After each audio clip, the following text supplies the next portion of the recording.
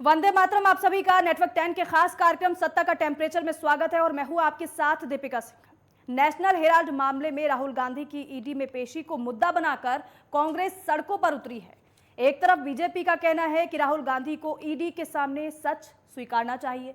राहुल गांधी की पेशी होने के कारण कांग्रेस इसे सत्याग्रह के नाम पर भटका रही है। वहीं कांग्रेस का यह कहना है इस पर कि सरकारी एजेंसियों का गलत इस्तेमाल हो रहा है। आज इसी पर हमारी चर्चा रहेगी और खास मेहमान हमारे साथ जुड़ चुके हैं। परिचय आप सभी से उनका करा देते हैं। प्रेम कुमार वरिष्ठ पत्रकार हैं, हमारे साथ जुड़ चुके हैं। बहुत स्वागत है सर आपका। खेमचंद शर्मा बीजेपी के नेता हैं, आपका भी बहुत बहुत स्वागत है, हमारे साथ जुड़ चुके हैं। और टीना कर्मवीर प्रवक्ता हैं कांग्रेस पार्टी की, आपका भी बहुत बहुत स्वागत है नेटवर्क 10 पर। सबसे पहले शुरुआत टीना जी आप ही से कर रही हूँ, ये हंगामा क्यों बरपा है सड़कों पर? देखिए किस तरीके से संवैधानिक संस्थाओं का दुरुपयोग कर और कांग्रेस के खिलाफ, कांग्रेस के नेतृत्व के खिलाफ जिस तरीके से ईडी का दुरुपयोग किया जा रहा है, हम उसके सख्त खिलाफ हैं। क्योंकि देखिए जिस तरीके से अगर आप कह रहे हैं कि हम जांच के खिलाफ बिल्कुल भी नहीं है, मैं पहले ये क्लियर कर देती हूँ। लेकिन इस देश में आप देखिए कि विजय माल्या भगा दिया जाता है। केंद्र में बैठी मोदी सरकार जिस तरीके से जय शाह पर कानूनी कार्रवाई करनी चाहिए थी, 6,000 करोड़ मोदी सरकार के आने के बाद 6,000 करोड़ कंपनी को प्रॉफिट हुआ, लेकिन उस पर ध्यान नहीं दिया गया। राहुल गांधी जी को जानबूझकर टारगेट किया जा रहा है। और जो अगर कांग्रेस की कार्यकर्ता अगर प्रदर्शन कर रहे थे तो ये लोकतांत्रिक अधिकार है, उनको प्रदर्शन कर देना चाहिए था, लेकिन उनको रोका गया है। उनको जिस तरीके से आप देखिए शीर्ष नेतृत्व के जितने भी नेता थे उनको डिटेन कर लिया गया है। आप किसी को भी कांग्रेस कार्यालय में अंदर जाने के लिए किस तरीके से उनको उठा के डिटेन करे, उनको रोक कौन सकता है? कोई नहीं रोक सकता। मोदी सरकार जिस तरीके से डरी हुई है, दिल्ली में जब सत्याग्रह की बात कही गई कांग्रेस की तरफ से, पुलिस ने मना कर दिया था ना, साफ तौर पर इजाजत नहीं मिली ना प्रशासन से। परमिशन क्यों नहीं दी गई? मेरा सवाल यही है। तो बिना परमिशन के अगर इस तरीके से सड़कों पर उतरेंगे तो फिर पुलिस क्या करेगी? नहीं तो देखिए, आप प्रदर्शन करने का रोका, डर रही है तभी तो रोक रही है। आप ये भी तो समझिए मैडम कि अगर आप ये डरते नहीं तो ये प्रदर्शन करने दिया जाता। इनको डर कौन डर रहा है? कांग्रेस के कार्यकर्ता। टीना जी कौन डर रहा है? जो सरकार में है जी, केंद्र सरकार में बैठी भाजपा सरकार डर रही है, क्योंकि राहुल गांधी एक ऐसा व्यक्ति है जो किसी से डरते नहीं है, जो झुकते नहीं है। और वो शांति प्रिय समर्थन जो है, जो भी समर्थक है। टीना जी एक बात जरा समझाइए कि ईडी में राहुल गांधी की पेशी, बयान दर्ज करवाया जाएगा और दूसरा सरकार डर रही है, इन दोनों का क्या ताल्लुक है आपस में? देखिए मेरा ये पहले तो ये कहना है कि एक तो मुद्दों से भटकाया गया। आपको क्या मुद्दे थे? महंगाई मुद्दा। जैसे ही विपक्ष ये मुद्दे उठाते हैं तो जो सत्ता बैठी है रूलिंग पार्टी वो घबरा जाती है, कह रही है तो क्योंकि देखिए किस तरीके से पेट्रोल के दाम बढ़े, डीजल के दाम बढ़े, महंगाई इतनी बढ़ी, तो कहीं ना कहीं ये एक विडंबना है देश में कि जब विपक्ष के मुद्दे उठा रही थी, ठीक है, जानबूझकर फिर उन पर कार्रवाई की गई। ठीक है टीना जी, जरा और मेहमान हमारे साथ जुड़े हुए हैं, उनको भी शामिल कर लेते हैं, फिर एक बार फिर से आपका रुख करूंगी मैं। आप खेमचंद शर्मा हैं, बीजेपी के नेता हैं। खेमचंद जी, मुद्दों से भटकाने के लिए इस तरीके से पेशी हो रही है राहुल गांधी की, ऐसा टीना जी कह रही है? कह सकती हैं, इनका जो शीर्ष नेतृत्व है वो अभी जमानत पे है और सीरियस चार्जेज उन पर हैं। जब ईडी ने आपको नोटिस भेजा तो नोटिस का जवाब दें। आप तो जांच को रोकना चाहते हैं, दबाव बनाना चाहते हैं, भटकाना चाहते हैं, लटकाना चाहते हैं। आपको ऐसा लगता है कि जो गांधी परिवार है वो आम लोगों से ऊपर हटके है, वो राजशाही है, वो राजा है, वो महाराजा है, और उनको ईडी ने समन कैसे भेज दिया? अरे आपको जागना पड़ेगा। अभी लोकतंत्र है और लोकतंत्र में जो हमारी एजेंसी है वो स्वतंत्र रूप से काम करती है। और ऐसा नहीं कि पास्ट में नहीं हुआ, भारतीय जनता पार्टी के नेताओं को जब आपकी सरकार थी ईडी के समन भेजे गए। अब जहां तक आपने आदरणीय मोदी जी को भी इन्वॉल्व किया, हाथ जोड़ के हमारे नेता गए, जवाब दिया और क्लीन निकल के आए, कुछ गलत किया नहीं। अगर आपके नेता ने कुछ गलत नहीं किया है तो दबाव बनाने की जरूरत क्या है? क्यों हंगामा करने की जरूरत है? क्यों आप पब्लिक और प्राइवेट प्रॉपर्टी का नुकसान करना चाहते हो? क्यों आप लोगों को परेशान करना चाहते हो? क्योंकि आपने ये मान लिया है कि जैसे ही आप जाओगे ईडी में, आपके पास सही जवाब है नहीं, लॉजिकल जवाब है नहीं, आप फंसने वाले हो, आप पे कार्रवाई होने वाली है, इसीलिए आप डरे हुए हो। डरी हुई तो कांग्रेस है और कांग्रेस ईडी को डराना चाहती है, लेकिन बिल्कुल नहीं डरे मोदी हुए जी की हैं। सरकार में 35 साल किसी भी पुरानी सच्चे पार्टी है, व्यक्ति गांधी को के वंशज छुआ है, नहीं डरने जाएगा वाले नहीं है और किसी किसी से। भी अपराधी को छोड़ा नहीं जाएगा। अगर राहुल गांधी जी अपराधी हैं, उन्होंने गलती की है, उनको बराबर सजा मिलेगी। हमारी सरकार में कानून अपना काम पूरी तरीके से करेगा, कानून में कोई इंटरवेंशन नहीं कर सकता, चाहे वो राहुल गांधी हो अच्छा, या कोई कानून और हो। अपना उपयोग हमारी करेंगे तो सरकार ये विजय माल्या निश्चित को क्यों करेगी भगा दिया कि आपने? कानून के तहत जरूर सजा मिले। और नेशनल हेराल्ड के केस में चीजें बाहर आई हैं, किस तरीके से मैनिपुलेशन की गई, किस तरीके से कांग्रेस का जो अपना फंड है, मतलब पार्टी का फंड है, उससे लोन दिया जाता है, फिर उसमें शेयर्स किए जाते हैं, फिर उनकी मैनिपुलेशन की जाती है, फिर उस प्रॉपर्टी को बेचा जाता है। और इस सारे गड़बड़ झाला में गांधी परिवार का नाम है, गांधी परिवार के नाम से ही बहुत सारी चीजें चलाई गई। तो उनको जनता को बताना पड़ेगा कि आपने ऐसा किया तो क्यों किया। ठीक है। और वरिष्ठ पत्रकार प्रेम कुमार जी भी हमारे साथ जुड़े हुए हैं, अब उनसे समझते हैं पूरा ये मामला। प्रेम कुमार जी, सबसे पहले मैं चाहूंगी इस पूरे मामले पर प्रकाश डालिएगा। और दूसरी तरफ यह है कि कांग्रेस का ये आरोप है कि कांग्रेस को दबाने के लिए एजेंसियों का गलत इस्तेमाल किया जा रहा है, आप इससे कितना सहमत हैं? दीपिका जी, पहले तो इस मामले को थोड़ा सा समझा जाए कि नेशनल हेराल्ड का जो मामला है, एसोसिएटेड जर्नल लिमिटेड पहले हुआ करता था, जो कि पंडित जवाहरलाल नेहरू के समय में स्वतंत्रता आंदोलन से पहले शुरू हुआ।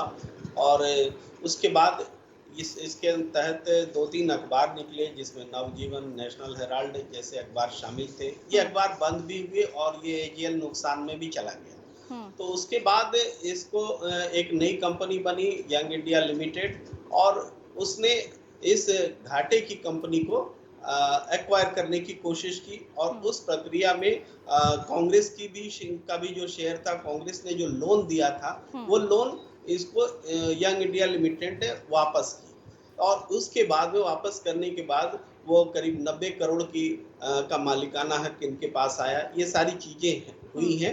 तो उसमें सुब्रमण्यम स्वामी जी ने आपत्ति जताई कि इस बहाने एजेएल की जो संपत्ति है, जो संपत्ति 200 करोड़ की लगभग होगी, उस पर ये हक जता दिया गया है। यही मामला कुल मिला के यही है।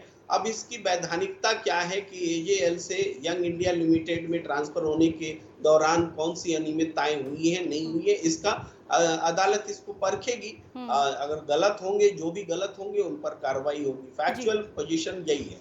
अब इसमें जो राजनीतिक विवाद है कि ईडी आ गए। ईडी का क्या काम होता है? मनी लॉन्ड्रिंग होना। मनी लॉन्ड्रिंग का आम भाषा में क्या मतलब है कि दिखावे में कुछ कम संपत्ति, कम लेन देन होना नकद का, और चुपके से बैकग्राउंड से वो अधिक लेन देन होना, किसी और तरीके से लेन देन होना, चाहे हवाला हो जाए या कोई और गलत तरीका हो जाए, तो ये मनी लॉन्ड्रिंग कहलाता है। तो अब इसमें मनी लॉन्ड्रिंग का जब तक कि कोई एक भी वाकया, एक भी सबूत, प्राथमिक बात भी नहीं आए, तो ईडी कैसे इंटरवीन कर सकता है? कांग्रेस का कहना है कि ऐसा कोई मामला ही नहीं है कि ईडी को इंटरवीन करने की जरूरत पड़े। मामला अदालत में है, तो अदालत को देखना चाहिए। तो यहीं पर कांग्रेस कह रही कि जब ईडी के इंटरवेंशन का कोई आधार नहीं है, तो ईडी का केंद्र सरकार कांग्रेस के खिलाफ दुरुपयोग कर रही है। मूल रूप में हमने आपको मामला समझा दिया। जी प्रेम कुमार जी, और एक और सवाल मेरा आपसे था साथ ही साथ कि कांग्रेस ये कह रही है कि कांग्रेस को दबाने के लिए इस तरीके से एजेंसियों का गलत इस्तेमाल किया जा रहा है, इस पर आप कितना सहमत हैं? इस पर आप क्या कहेंगे? देखिए, ये आरोप विपक्ष इसलिए लगाता है क्योंकि पूरे 8 साल के दौरान कभी भी किसी बीजेपी के नेता के घर में सीबीआई, ईडी नहीं पहुंचती। ये इतना बड़ा फैक्ट है जिसके समांतर विपक्ष को ये आरोप लगाने का अवसर मिलता है कि क्या बीजेपी के नेताओं ने कहीं कोई गलत नहीं किया, सब ठीक ठाक चल रहा है, जबकि मामले तो एक के बाद एक आ रहे हैं। कर्नाटक में भी मामले आए, सब अब तो यहाँ तक हालात हैं कि हमारे प्रधानमंत्री पर श्रीलंका में भी आरोप लग गया कि वो अडानी को वहां पर प्रोजेक्ट दिलवा रहे हैं। ये भी बात सामने आई, लेकिन इन सब मामलों की जांच नहीं होती है। राफेल में हमने देखा कि वहां भी हमारे प्रधानमंत्री की ओर से इंटरवेन किया गया। सुप्रीम कोर्ट में मामला गया, सील बंद लिफाफे में जो फैक्ट सुप्रीम कोर्ट के पास गया, सुप्रीम कोर्ट ने आंख मूंद करके उस पर यकीन कर लिया और उसका कंटेंट जो है वो गलत पाया गया। ये जब फैक्ट्स हमारे सामने है तो देश के विपक्ष के सामने सवाल उठाने का हक बनता है कि हम पर ही सिर्फ कार्रवाई क्यों, विपक्ष पर ही क्यों ईडी सीबीआई सब कुछ लगता है। आपने देखा आर्यन खान, शाहरुख खान के बेटे को किस तरीके से फंसाया गया, किस तरीके से पूरा बॉलीवुड को फंसाया गया। हुआ क्या कि दूध का दूध पानी का पानी हो जाएगा। अरे 8 महीना एक बच्चे को आपने जेल में डाल दिया, पूरे परिवार को तस्कर बना दिया, इंटरनेशनल गिरोह का बता दिया, मीडिया ने सब कुछ किया, सारी बदनामी आप कर दीजिए और उसके बाद कहिए कि नहीं अदालत को आप फेस कीजिए। अदालत को आप घर तोड़ देते हैं, मकान तोड़ देते हैं, बोलते हैं जाइए आप अदालत में अगर आपको लगता है कि गलत है। ये कौन सा तरीका है कानून चलाने का? अदालत इसलिए थोड़े कि शासन गलत करे और उसके बाद जनता जाए। यही मूल सवाल है देश के साथ। बिल्कुल। अब टीना जी, क्योंकि बड़े बड़े दिग्गज नेता सड़कों पर इस वक्त उतरे हुए हैं, इतने बड़े प्रदर्शन की जरूरत थी? क्योंकि कल प्रेस कॉन्फ्रेंस की गई बाकायदा। अगर इस तरीके से ईडी का इस्तेमाल नहीं किया जाता तो शायद हम लोग ये प्रदर्शन या इतने समर्थक जो इतनी भीड़ जुटी है वो इसलिए जुटी है क्योंकि सब जानते हैं कि राहुल गांधी बिल्कुल स्पष्ट छवि वाले व्यक्ति हैं, उनको वो डर नहीं रहे हैं किसी से भी। अगर ईडी इतनी ही ईमानदारी से काम करती तो जय शाह पर जांच करती। अगर ईडी इतनी ईमानदार होती तो विजय माल्या को पकड़ती। लेकिन ईडी का गलत इस्तेमाल हुआ, जैसा कि सर ने राफेल मुद्दा भी उठाया। लेकिन इन मुद्दों से भटकाने के लिए राहुल गांधी, क्योंकि देखिए किस तरीके से विपक्ष के नेतृत्व की छवि खराब करने की कोशिश की गई है। क्योंकि राहुल गांधी एक ऐसा व्यक्ति है जो बार बार मैं एक बात कह रही हूँ, वो डर नहीं रहे किसी से। अगर आप एक बार उनके मोदी सरकार के सामने उनके मुद्दे मत उठाइए, उनके सामने झुक जाइए, ये लोग तुरंत इस केस को रफा दफा कर दें। जब ये केस 2013 में सुब्रमण्यम स्वामी जी ने जब ये उठाया तो ये केस तो सुप्रीम कोर्ट, जैसा कि सर ने भी बोला अभी, कि चल रहा था। लेकिन इस केस को जानबूझ के ईडी के इसीलिए लोग समर्थन में उतरे हैं। आपको 8 साल में देखिए मोदी सरकार ने दिया क्या है जनता को क्या देना चाहिए था, जो कांग्रेस ने दिया वो आपसे छीन लिया गया। किस तरीके से महंगाई की मार में देश की जनता त्राहिमाम है, उस पर ध्यान भटकाने के लिए सारा खेल रचा गया है। और कि आपको मतलब मैं तो ये कहना चाहती हूँ साफ साफ स्पष्ट शब्दों में कि प्रदर्शन की अनुमति देनी चाहिए थी। क्यों डर रहे हैं ये? आने दीजिए ना सबको, सड़कों पर रोक क्यों रहे हैं आप? उनको क्यों उठा के ले जा रहे हैं? डर रहे हैं और इस तरीके से दुरुपयोग कर रहे हैं। ये एक तरीके का पिंजरा को जैसे कहे ना तोता है, इसी तरीके से ईडी और सीबीआई को कर रहे हैं। उनका दुरुपयोग नहीं करना चाहिए। सारी संस्थाओं पर मैं बार बार ये बात बोल रही हूँ कि भाजपा और आरएसएस के लोग जिस तरीके से संवैधानिक संस्थाओं का दुरुपयोग कर रहा है, ये कहीं माफी के लायक नहीं है। इनको इन सब चीजों पर माफी मांगनी चाहिए। मोदी सरकार को खासकर ये कहना चाहिए कि हाँ, हम सब आप ईमानदारी से कोई भी जांच करवाइए, कोई मना ही नहीं कर रहा है। लेकिन अगर आप जांच में अगर इस तरीके की कार्रवाई होगी तो ऑब्वियस की बात से स्पष्ट शब्दों में कह रही हूँ। तो फिर क्या आप सड़कों पर उतर के ईडी पर दबाव बनाने की कोशिश कर रहे हैं बीजेपी? क्योंकि आरोप ये लगा रही है आप पर, स्मृति ईरानी ने बाकायदा प्रेस कॉन्फ्रेंस की है, तमाम बातें उन्होंने कही हैं, आरोप लगाए हैं। देखिए लोकतांत्रिक अधिकार है, इसको आप प्रदर्शन करने से कोई भी रोक नहीं सकता है। वो रोक क्योंकि समर्थक अगर क्योंकि देखिए देश की जनता किसकी तरफ देख रही है? विपक्ष की तरफ देख रही है कि हमारे मुद्दे उठाएंगे। मुद्दे उठाए तो जानबूझ के उनको फंसा दिया गया एक तरीके से। हम बार बार कह रहे हैं कि ये हम तो शांति प्रिय और गांधीवादी तरीके से हम लोग तो सत्याग्रह कर रहे हैं। हम लोग ऐसा थोड़ी ना कर रहे हैं कि कोई गुंडागर्दी कर रहे हैं। लेकिन सरकार डरी हुई है, वो भयभीत है। वो भयभीत सिर्फ राहुल गांधी से, इसके अलावा वो किसी से डर नहीं रही, क्योंकि बहुत ही अहंकारी सरकार है। खेमचंद जी वो ये कह रहे हैं कि हमें तो प्रदर्शन करने का अधिकार है, अपनी आवाज बुलंद करने का अधिकार है, हम तो करेंगे। ऐसे में क्योंकि आरोप कांग्रेस भी आप पर लगा रही है कि तमाम नाम देखिए टीना जी ने आपको गिना दिए कि उन पर कार्रवाई नहीं हुई है, राहुल गांधी पर इस तरीके से उनको ईडी के सामने पेश करवा दिया गया है। इन्होंने जो तमाम नाम गिनाए उसमें विजय माल्या का नाम दिया। विजय माल्या को जो लोन दिए गए, जो उन्होंने पैसे लिए बैंकों से, वो कांग्रेस के शासन में लिए, कांग्रेस की सत्ता में लिए, कांग्रेस के फोन कॉल की वजह से लिए, इनके नेताओं की मिली भगत की वजह से लिए। हमने रिकवरी करी है 10 करोड़ के आसपास, हमने रिकवरी करी है। अभी वो लंदन में हाथ जोड़ रहे हैं, गिड़गिड़ा रहे हैं, बार बार कह रहे हैं कि मैं पैसे देने को तैयार हूँ। सुन लो, मैंने आपको ध्यान से सुना था, यही एक डिस्कशन की तमीज होती है। बार बार अभी गिड़गिड़ा रहे हैं, आपने भी बार बार न्यूज में दिखाया है किस तरीके से अब विजय माल्या पैसे देने को बार बार कह रहे हैं कि मैं तैयार हूँ, आप मान जाओ। लेकिन हमारी सरकार कही नहीं, आपको आना पड़ेगा, कानून को फेस करना पड़ेगा और यहाँ पे आके आपको जेल भुगतनी पड़ेगी। वो जल्दी आएंगे भी। हम कांग्रेस की तरह नहीं है पैसा दिया और भगा दो, उसमें से कमीशन खोरी की। ये काम कांग्रेस ने किया। अब बात ये आती है कि ईडी ने नोटिस दिया है, आप उसका जवाब दीजिए। आप सही हो तो आपको कोई गलत प्रूफ कर ही नहीं सकता। अगर आप सही नहीं हो तो ही आपको डरने की जरूरत है। और आप जो डर रहे हो इसीलिए डर रहे हो क्योंकि आपने अथाह संपत्ति अर्जित करी है और ईडी ने आपने जो सवाल पूछ लिया तो आप तिलमिला गए, आप घबरा गए। ईडी ने सवाल कैसे पूछ लिया, अब हम बचें कैसे, अब हम जवाब कैसे दें, अब इन पे दबाव बनाना चाहिए। अगर आप जनता के मुद्दों को लेकर रोड पे आते तो आपका स्वागत होता, लेकिन आप नॉनसेंस क्रिएट करना चाहते हो, ईडी को परेशान करना चाहते हो, दबाव बनाना चाहते हो। देखिए, आज कानून अपना काम करेगा। ईडी भी या कोई भी संस्था है, ना तो वो किसी के दबाव में काम करती है, ना वो सरकार के दबाव में काम करती है और ना ही वो विपक्ष के दबाव में काम करेगी। अगर उनको लगता है कि राहुल जी ने गलत किया है तो उनको नोटिस देने का अधिकार है, आपको जवाब देना ही पड़ेगा। आप कितना भी कोशिश कर लो प्रेशर बनाने की, उससे आपको कोई लाभ नहीं होने वाला है। आप कितनी भी नाटक नौटंकी कर लो, इससे बल्कि आप एक्सपोज होने वाले हो। आप चुपचाप जाके जवाब दे देते तो लोगों को शायद इतना पता भी नहीं चलता कि राहुल गांधी के पास इतनी अथाह संपत्ति और उनको जवाब देने की जरूरत है। आपने ये आडंबर करके, नाटक नौटंकी करके पूरे देश को बता दिया है कि राहुल गांधी ने मनी लॉन्ड्रिंग की है और उनपे आरोप है, सीरियस आरोप है और उनसे वो डर रहे हैं, जवाब नहीं देना चाहते, इसीलिए वो नाटक नौटंकी कर रहे हैं। सुन लीजिए, भारतीय जनता पार्टी कभी भी बदले की राजनीति नहीं करती। बदले की राजनीति करती होती तो अभी तक 8 साल में गांधी परिवार के कई सदस्य जेल के अंदर पड़े होते।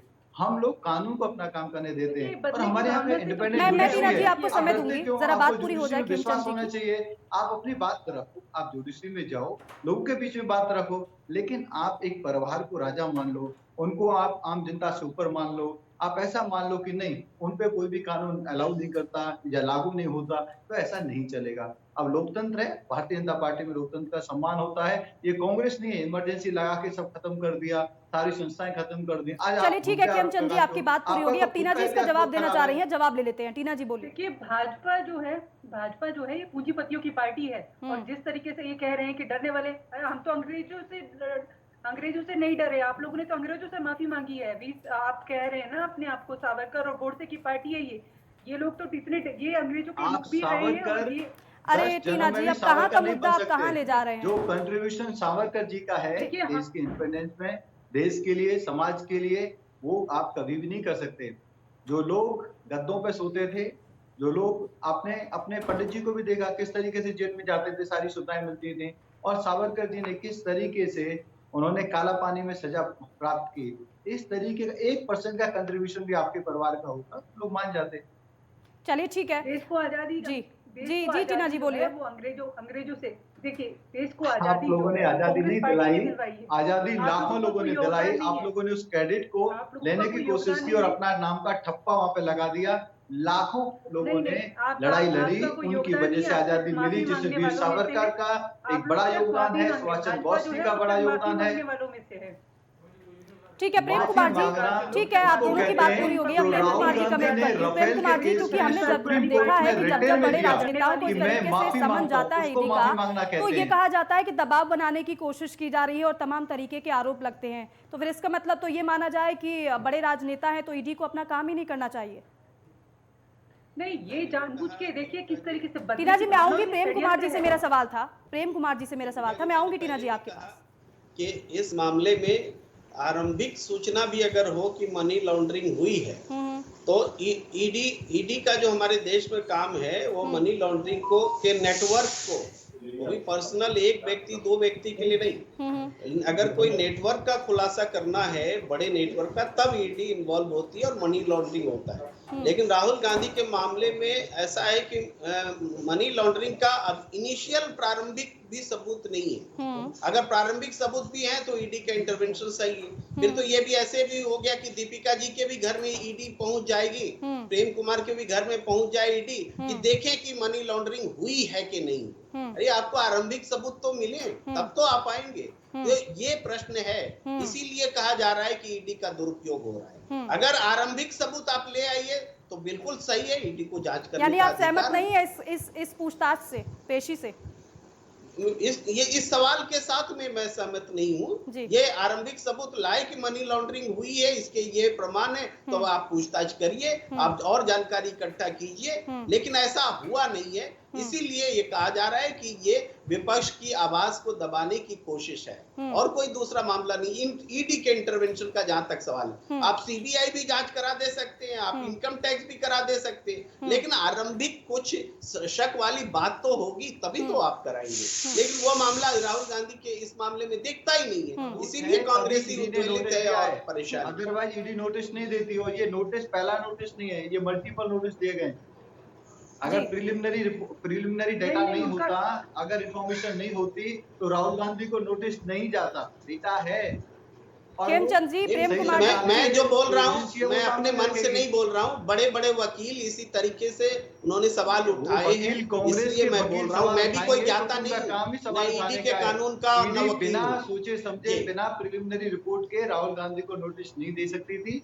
There is a fact, there are the reports, there is a data, और उसके बेस पे ही ईडी ने नोटिस दिया है। और सवाल पूछने का, बातचीत करने का, उनसे इंफॉर्मेशन लेने का हमारी जो एजेंसी ने हक है, वो किसी को भी पूछ सकती हैं और उसका जवाब देना पड़ेगा। और जब उनको पता है, क्योंकि अगर कोई भी फैक्ट नहीं होती तो कोर्ट में जाके क्या बोलेंगे कि हमने ऐसे राहुल गांधी जी को बुला लिया। ऐसा नहीं है। क्रेडेंशियल, क्रेडिबल डेटा है, क्रेडिबल इंफॉर्मेशन है, क्रेडिबल डेटा उन्होंने कलेक्ट किया है, उसके बेस पे नोटिस दिया है। अब राहुल गांधी जब जवाब देंगे, आगे की कार्रवाई उसके अनुसार होगी। ठीक है। प्रेम कुमार जी, इस पर मेरा एक सवाल है आपसे। वो ये बोल रहे हैं कि उनके पास क्रेडिबल कुछ है, तभी वो राहुल गांधी को उन्होंने पेशी के लिए बुलाया है, बयान दर्ज करने के लिए बुलाया है। क्या ऐसा होता है क्या, बिना, अगर आपके पास सबूत नहीं है, इस तरीके से छापेमारी या फिर इस तरीके से बयान दर्ज करने के लिए पेशी के लिए बुला लिया जाता है?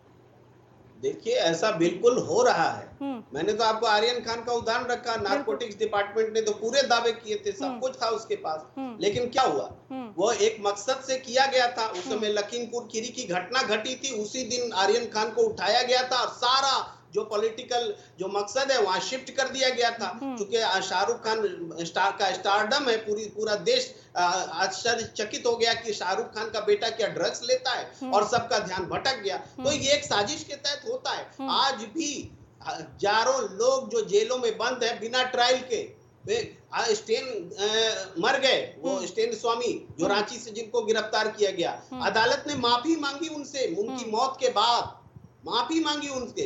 और क्या सबूत हो सकता है कि बिना सबूत के लोगों को जेल में डाल दिया जा रहा है। तो बड़ा और गंभीर आरोप केंद्र पर लग रहे हैं कि ईडी लगातार दबाव बनाने की कोशिश कर रही है, और इसी को लेकर आज क्योंकि राहुल गांधी की पेशी हुई है। खेमचंद जी, अब मेरे पास समय खत्म हो गया है। बहरहाल आप सभी का बहुत बहुत शुक्रिया इस चर्चा में शामिल होने के लिए और अपना कीमती समय देने के लिए। तो देखिए, कांग्रेस ने राहुल की पेशी को मुद्दे को बड़ी राजनीतिक लड़ाई के रूप में तब्दील करने की कोशिश की है, जबकि बीजेपी का कहना है कि कांग्रेस का सत्याग्रह एक नाटक है। ये तो राजनीतिक दलों का किसी मुद्दे को अपने अपने ढंग से देखने की एक शैली है, लेकिन जहां एक तरफ कांग्रेस को आगे बढ़कर ईडी के सामने अपने पक्ष को खुलकर रखना चाहिए, तो वहीं जांच एजेंसियों को भी बदले की भावना के तहत कोई कदम नहीं उठाना चाहिए। लेकिन सवाल यह भी है कि हर तरह की जांच बदले की भावना भी नहीं हो सकती है।